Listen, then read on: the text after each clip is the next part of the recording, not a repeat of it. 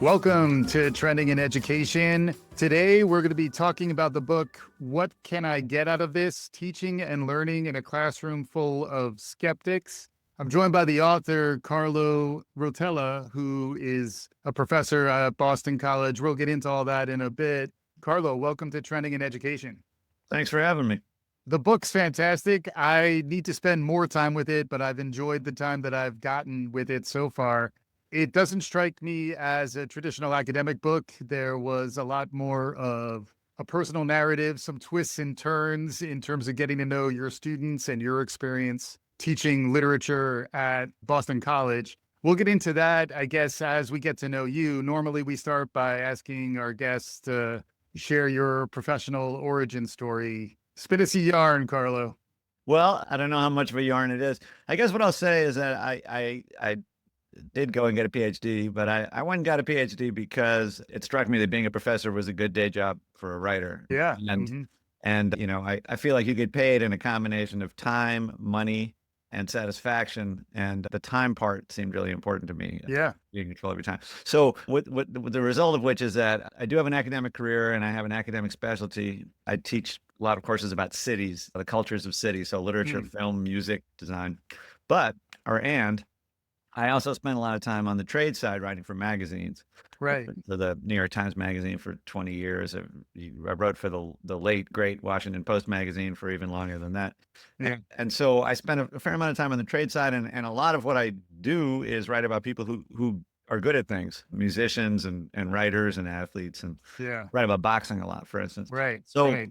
So Bernard Hopkins, that was the Bernard Hopkins who was cited in yes, your... he's one of my I didn't know if there was another one who was like wrote English literature. He's one of my favorite philosopher kings. Yeah, he's a sweet scientist. Yes. Yes, exactly. So, and the point I was going to make about it is that, so I spent a fair amount of time in these scenes, in these places where people are practicing a craft and getting good at it. So yeah. They're in a gym training, or they're with a band rehearsing, or they're in a club, music club playing. And so the classroom's one of those scenes too. And as I get older and as, my kids became of college age and then graduated, I got more interested in writing about the classroom the way I write about these other places. Everybody in there, as people say in prison that they're learning how to jail, everyone in class is learning how to college, including the And I just got a lot more interested in the classroom as a scene where, like a band or a team, everyone is individually working on their chops. And then we also, as a community, are working on our collective ability to like define a problem and solve it. And that, to me, when I read what's out there about college and about classrooms and about teaching, it often feels very abstract. Yeah. Dry. And I wanted about humans.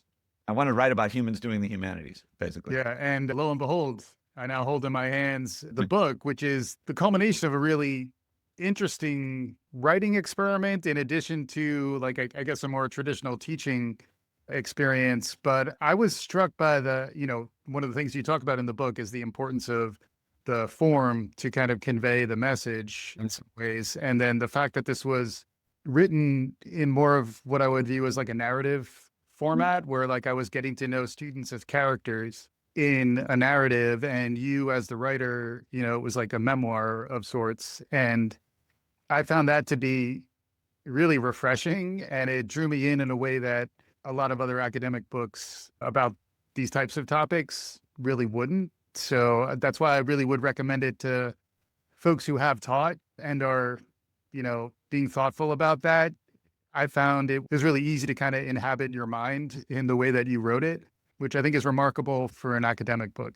Yeah, I mean, it's a book about what happens in the classroom, right? So, and it's about one semester and a group of students, and what happens in the classroom happens inside people's heads. So, and I've also been struck by just the absolute lack of students' voices and people writing about the classroom. So what I did was basically spend a couple of years interviewing everybody who took that class with me, so that I can move the camera around in people's heads and take, the profile writing skills that I've been, honing on boxers and musicians and all that, and use them on 18-year-olds, right? Who are learning how to do things and who, have a lot of depth to them. And I think that's a thing people who've taught also, there's this tendency when you teach to sort of see your students as a faceless mass and really be able to ask them, hey, listen, what goes through your head right before you raise your hand? in Hmm. class. Yeah. What do your parents do? What do your grandparents do? Where are you from? Hmm. What's the story your family tells about itself? All those things that I sort of wish I could always know, but this time for one class, I decided to find out everything I always wanted to know. Yeah. Yeah. It's fascinating. I was just having a conversation about tutoring small groups, like teaching Yeah. 2 or 3 students. And in this context, it was like how you could be more culturally sensitive and think about like English language learners and, multilingual and the same point I think applied there where you just typically don't have enough time. Right. And it feels like in this case, the fact that you followed up and also, I don't know how much we want spoilers, but like there are some surprises in the story of that semester that kind of I almost don't want to give too much away because it was it became more of a page turner for me when I started to understand the context that these kids were going through and then you're also reflecting on it yourself. It wound up being kind of a happy accident, I guess, that you kind of captured. We'll probably have to spoil it here. Yeah, of But course. it was the spring semester of 2020, Right. and I've talked in other episodes about my desire for more pandemoirs. Yeah. And Right. there Yes. is like a very like what happened. I interviewed some filmmakers who did a series on PBS called The Class, which is around that same period of time. It was more at high school admissions into college, but it was the same thing where like I think your exercise would have been really interesting regardless, but it kind of pulled me in even more when I realized, oh wow, I hadn't really thought about the impact to a class. Although then it almost kind of fizzles a little bit where like It that does. that pivot was hard. Well, one of the reasons it was so important for me to write about that semester, and I wasn't intending to write about that semester during that semester, right? So that Okay. happened Yep. afterward, right? Mhm. Was that it's about what happens in the classroom, in the face-to-face classroom. And once the pandemic hit, being face-to-face was the problem, right? So Mhm. so that got taken away from us. And, trying to have a conversation among 35 people about a work of literature on Zoom is much, much harder. Yeah. And to me, Zoom and now AI both had the sort of paradoxical effect of actually making the face-to-face classroom more cutting edge, more valuable, more Yeah. precious, Mhm. more the thing you're paying for. Yeah. Essentially, when you take a humanities course in college, you're paying for the admissions policy and you're paying for the hiring and promotion policy, and that's it. Yeah. Everything else at home in your underwear, right? Right. Read books, you can have opinions on the internet, right? You can have people lecture you on YouTube, but what you can't do is be in a room with all these other people who've read the same thing and are looking you in the eye. And Right.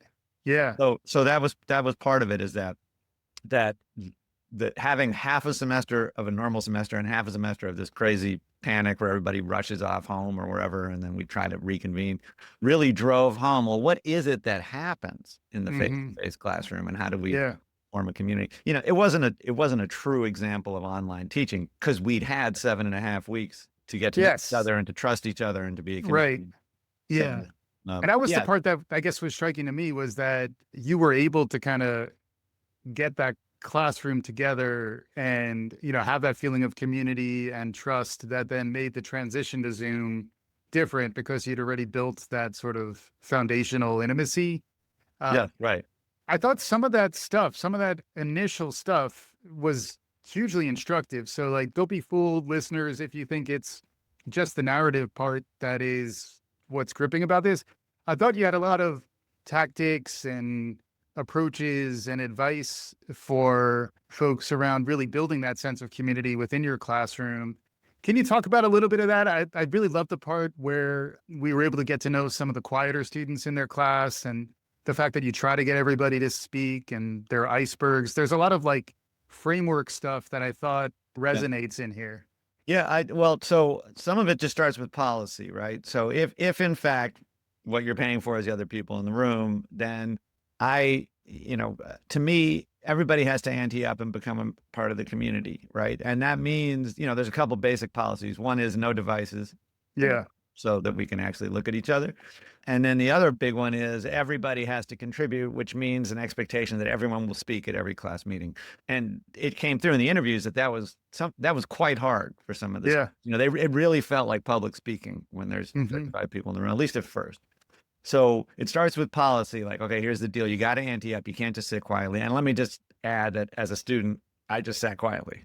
So I'm the worst kind of zealot, right? I'm a convert, right? So it's like you're gonna have to pull your weight in this class. You're gonna have to do your part in Yeah. you. And then right, technique stuff, like if a student falls silent, I ask them to come in and talk to me in office hours. And there's some basic things you can do, straight out of the behavioral psychology textbook, like lower the bar to participation. So what I do when I bring in a student, there's a couple students I write a chapter about having trouble speaking, is like, well, first, here's the first question I'm going to ask on Thursday. Why don't you prepare an answer, write it out, Yeah. and raise your hand. I'll call on you first. Decide whether you want to sit in the back of the room so nobody can see you, or the front of the room so you Yeah. can't see anybody.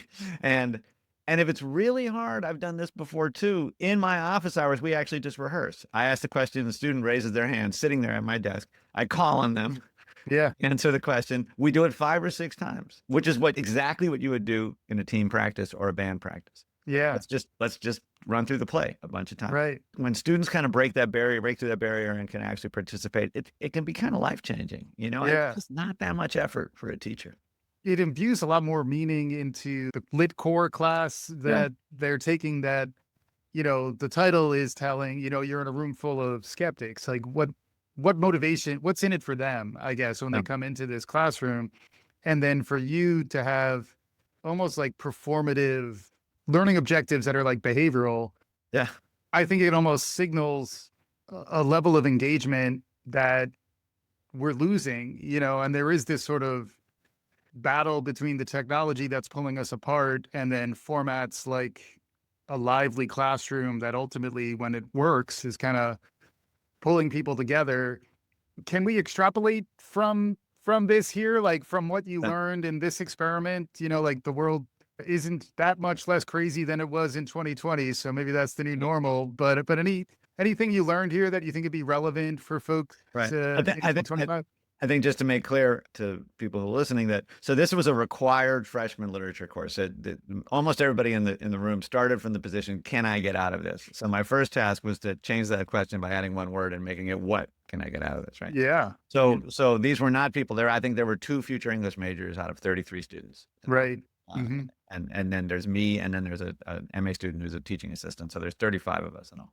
And, there's basically 4 people in the room where like English was their thing. And I was one of them, and the TA was another one of them, right? Right. So, the first job is to say, what we're doing is a real thing. And there's a tendency among a lot of students, including students who did well in high school English classes, to just see the interpretation of literature as either sorcery or bullshit. It's just either it's magic or they're right. And so the first thing is to say, look, this is a craft. It's a learnable craft. It's like building a cabinet. It's like planting a garden, right? And, it's about pattern recognition, things you can do. And then also to pair it with what you said, which is, and then say, and the correct way to do this is to become a member of a community and do it together. And the most efficient use of your time is to use class time to practice doing this in just bits and pieces. Yeah. So that when you have to do it all by yourself in a paper, it's not the first time you did it. Right. So all that, I think, is a way to bring people around, because, they're not skeptical about literature. They're skeptical about the interpretation of literature, and they're also somewhat skeptical that it's going to be useful, right? And that's another thing that I really have to stress, is to say, like, look, what we're doing in here is we are practicing extracting meaning from the world around us. Everyone needs to be able, every citizen, every worker, everybody needs to be able to do this. We all do this anyway. You might as well get better at it, right? Yeah.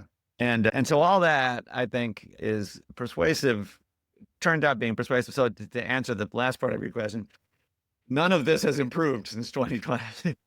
Right. And I think the face-to-face classroom has become even more of a kind of haven and a more unique part of their experience. And what's happened, especially over this summer and into this fall, is a lot of people in the humanities responding to these sort of panic pieces about AI and, everyone's cheating and, have really thought a lot about their teaching and kind of doubled down on the humanness of their classes. So many more of my colleagues have finally gotten around to banning devices in class. Yeah. And in paper exams, blue books, oral exams, it's just, so it's becoming, that class is the place where I go to be a human being with other human beings. And we talk about, we sort of build these critical skills, and we talk about in an English class, for instance, models of how to live. Yeah.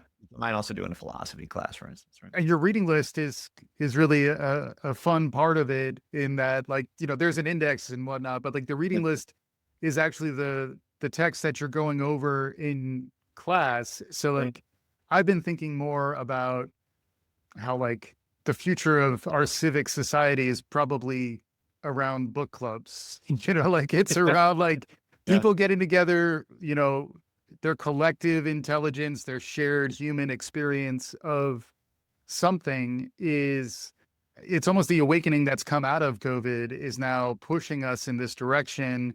And it's also almost the counterforce from the death spiral of technology that's, out there for us as well. Thoughts on that? Like, it's almost like an aspirational, it's almost like beyond the Platonic ideal. It's like this idea of humans getting together to kind of share an experience, to have a shared experience that they're reflecting on.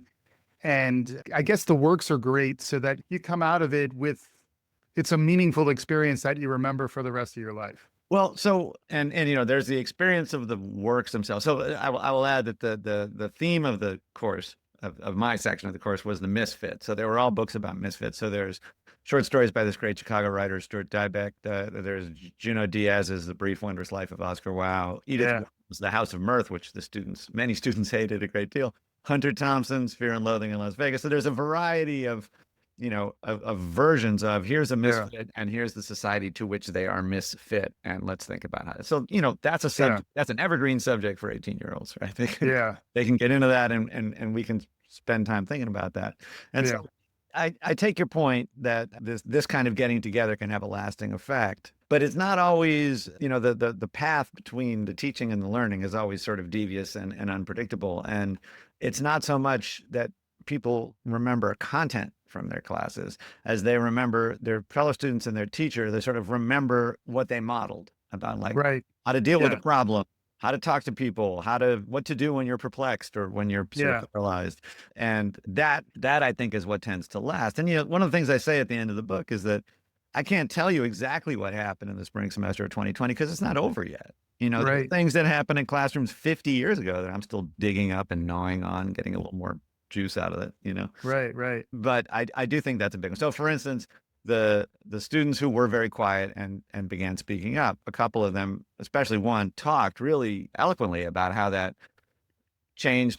She started speaking up in her other classes. She started talking more in her relationships to other people. Like, it made a big difference. And it wasn't so much that she came up with a particularly great interpretation of the House of Mirth, but that she did this difficult thing, right? House of Mirth, by the way, no knock on Edith, but was she being ironic, calling it House of Mirth? Yes, she was. Basically torturing us there. And I love Edith Wharton. The same cannot be said for the students. And so there's a chapter about that, which is just about how to get into a book you hate. Right, exactly. How, in fact, to use your violent reaction against a work of art as the way into the work of art. Yeah, exactly. And then, your point's also a good one in that it's a very critical time in these people's lives where like they're kind of establishing their voice and their identity, and for that to be in reaction to these works of art, to your point, where even if it is through like this, I vehemently can't stand this thing, they're at least sort of, there is a subject there and they're kind of asserting that perspective. And also not being paralyzed by their own response, right? Like one of the points I make in the book is that these days, we, and especially young people, get a lot of training in being outraged, like to read something and you're like, I am outraged by this. Right. And I'm offended or I'm validated. And both of those are paralyzing. So my response is, fine, you're outraged or you feel validated, whatever. The next step is, how is this thing you just read a machine for producing that response in you? Specify what qualities, what traits, what aspects of the way it was written and what produced that response. In other words, don't be paralyzed by your own reaction to things, right? And sort of, we get a lot of training these days, if you look around the culture and all around the culture, left, right, and everywhere in between, is like, well, I have now stated that I'm outraged, so we're done. This is offensive. And the one that's particularly, I find disappointing is, if this had been written now, here's how it would be offensive, right? Strikes me as a useless thing to do with a work of art, Right. It's like, okay, that's probably true, but now can we analyze what's there? Exactly. And then you're getting access to a generation. It also sounds like you may have people in your household who are Right. part of Gen Z, quote unquote. It's all scare quotes from a Gen Xer like me. Right. But thoughts on any of that? It sounds like you've had deeper conversations with Gen Z than the majority of folks these days. Any read on what life's like there and how they're thinking about the future?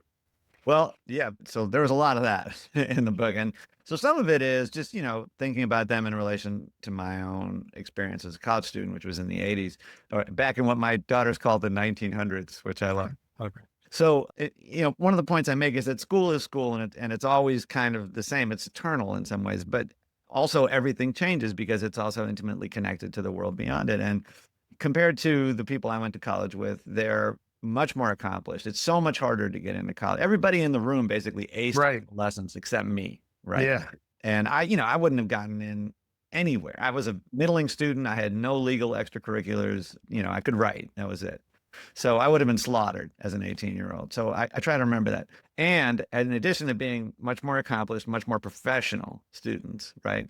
They have better functional chops as students than I did. They're also much more anxious and much more isolated. College is a fundamentally lonelier experience than it. Yeah. And also they've really come of age. The way teaching works has changed. So, we do a thing, and I do it too. We do a thing that really works, which is positive reinforcement. So you give your student a task, they do the task, you positively reinforce the task, you give them a slightly harder task. They're really good at that. They're not so good at floundering. They're not so good at just sort of like, okay, let's figure it out and, fail a few times and let's work it. They're not so good at that, right? So part of my job is to show them other ways of coming at things. And I feel like one of the things I do is I offer antidotes to paralysis, basically. And anxiety is paralyzing. The need to never have failed is paralyzing. Grades are paralyzing. One of the things I always say to classes is the good news is you're not trying to get into college anymore, and a B- in this class is not going to any way impede your progress through the world, including even if you apply to get a PhD in English. I'm on the admissions committee of the PhD program. I throw out B- in freshman English all the time. Yeah. It's like, yeah, she figured it out by junior year. Like, Right. but they were right when they were applying to college that B- in English could sink them. Oh, There could be a student from Montana who's identical to them, except that she got a B+ in English, and they'll take that one, right? Right. But that's no longer true, So I do see them as they've sort of gotten different kinds of training. They have different levels of accomplishment. And the other big one is that they've read a lot less. They've read fewer books. And the almost universal profile, I asked everyone this question, was I read a lot, mostly fantasy or dystopian, post-apocalyptic stuff, until I was about 13 or 14. And then I switched to just doing the reading for school. And that energy went into video games or into something else. Yeah. And it's sort of 13 or 14 is the pivot point. So that just saying, hey, we're going to read this big fat 19th century novel is much more intimidating than it would have been 40 years ago. A lot of students, even very good students, will just look at that novel and just say, like, it's like you put too much weight on the bar. Like, I can't get that off the rack. That's too much, even though they're very hardworking and much harder working than I was, Yeah. It's interesting. It reminds me of a conversation I was having with Doug Lamov, who talks about teach like a champion. There's some parallels to what you're talking about, where he kind of almost breaks down the tactics of a teacher in the way that you might break down the performance of like a soccer club, Yeah. But he was talking about the science of reading and sort of the neuroscience of it, where it's actually hard to focus your attention on reading a written book, and losing that ability actually is changing the way the brain works, and that we need to advocate. I've become a believer actually, and through these conversations, as a parent of a young kid, like reading books, because it's hard and because it's less immediately satisfying. You don't get the dopamine hit of a video game or some of this other stuff, social media and AI. I shudder to think what AI is going to do with all that. It's important to actually cozy up with a text like, what can I get out of this? Teaching and learning, thank you, in a classroom full of skeptics. Thoughts on that? It does seem like we actually need these things. I think the athletic metaphor is actually really, really good for this, and especially in a conversation about AI, that what's happening when you read, even at the letter to letter level and also at the thematic level, the sort of anticipating, predicting, And all that stuff you're not even aware you're doing. Like if something doesn't check out, you go back and you look. Yeah. All those things that are happening. And also at the thematic level, is what I'm reading now, does it fit with what came before? Do I need to change my sense of the larger meaning and all that? That's like developing muscles in your core, basically, right? And if you Yeah. don't do it, you just, use it or lose it, right? Is what the Right. to say, right? So Yeah. the conversation about AI has mostly been about writing, that, oh, students are using it to write papers, but actually the reading part is more worrisome in some ways, which is a summarized novel. Yeah. Right. Summarized novel is to a novel like a movie about marriage is to being married, right? There's no relationship between the two things. Yeah. Having a summary of the plot of the House of Mirth is not going to help you make interpretive arguments about the House of Mirth. Right. So Right. I find the athletic analogy quite useful. And let's not forget, BC is a private school and it's not cheap. So Yeah. one of the things I say is you are paying, if you break down the numbers, $5 a minute for Hmm. class, right? Yeah. Yeah. It's like going to the gym and then having a robot lift the weights for you. Yes, the weights went up and down, but that's not the point of the gym. The point of the gym is to do difficult things, right? Yeah.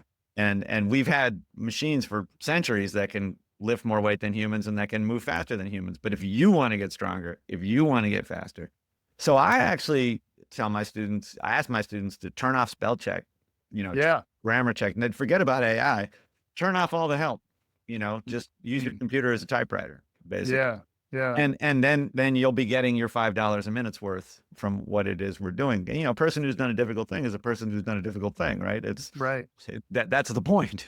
Right.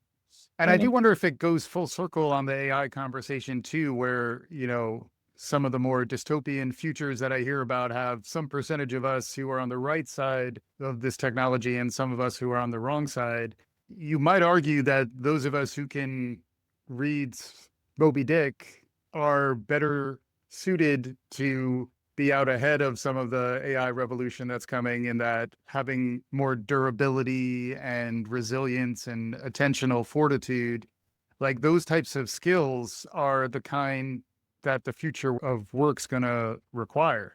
I do think that's true. And it's funny how those same people who were giving students the terrible advice of pick a major with the same name as a job, which was Mhm. always terrible advice. Those same people are now saying, oh, maybe you should get a well-rounded liberal arts education, Yeah. because AI is making it almost impossible to time the labor market even 2 or 3 or 4 years out, right? Right. So, as people who majored in finance and coding are finding out right now, right, is that it turns out that the entry level is particularly fluid and hard to measure.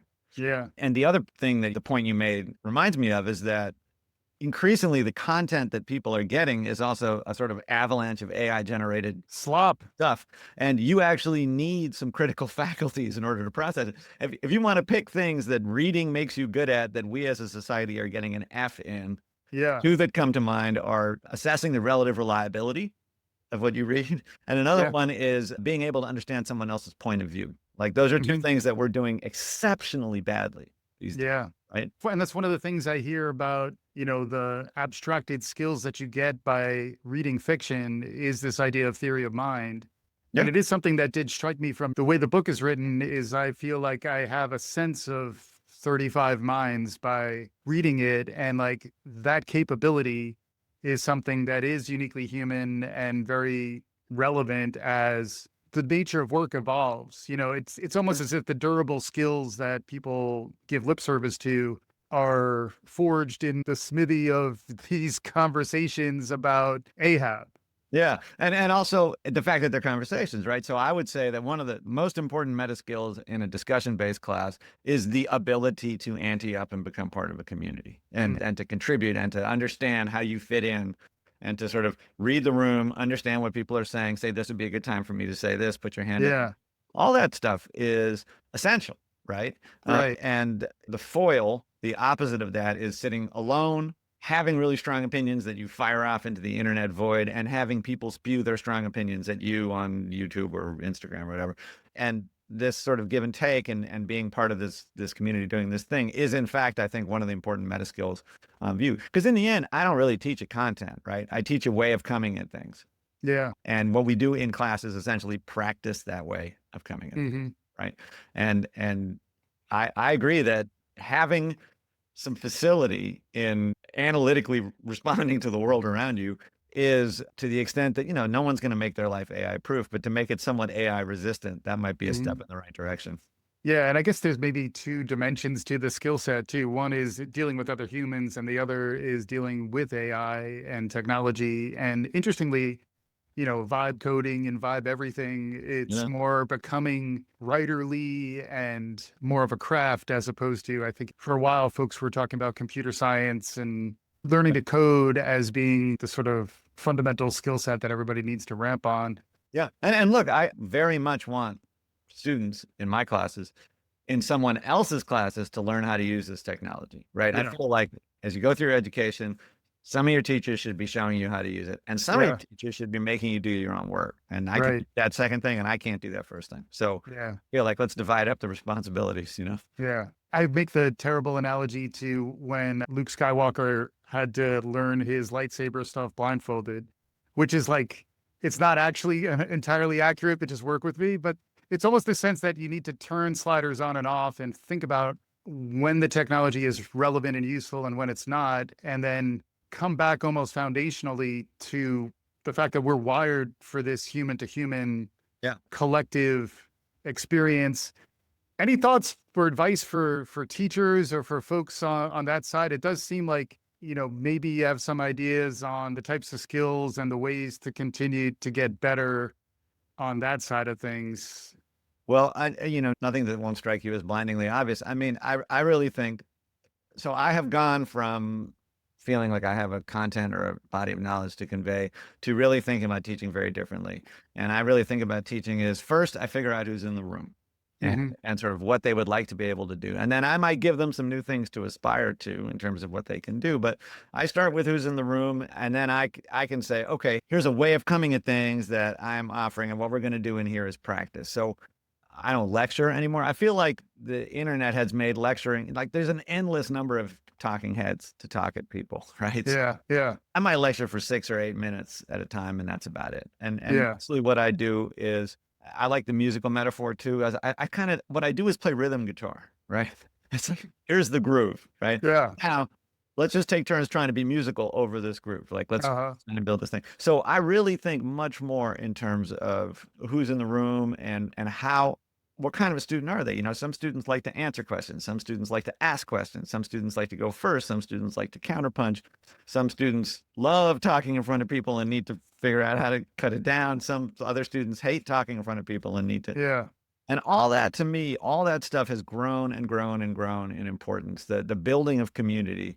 I now, as much as possible, try to do something like, well, we'll have a meal together or something early in the semester, something that's just like, we know each other, we owe each other something, we have responsibilities to each other, but we also can call on each other for help. Mm. Yeah. And I have a pro wrestling rule in my classes that if you ever just blank out in the middle of a thought or it kind of comes apart, you can just say like, somebody tag in.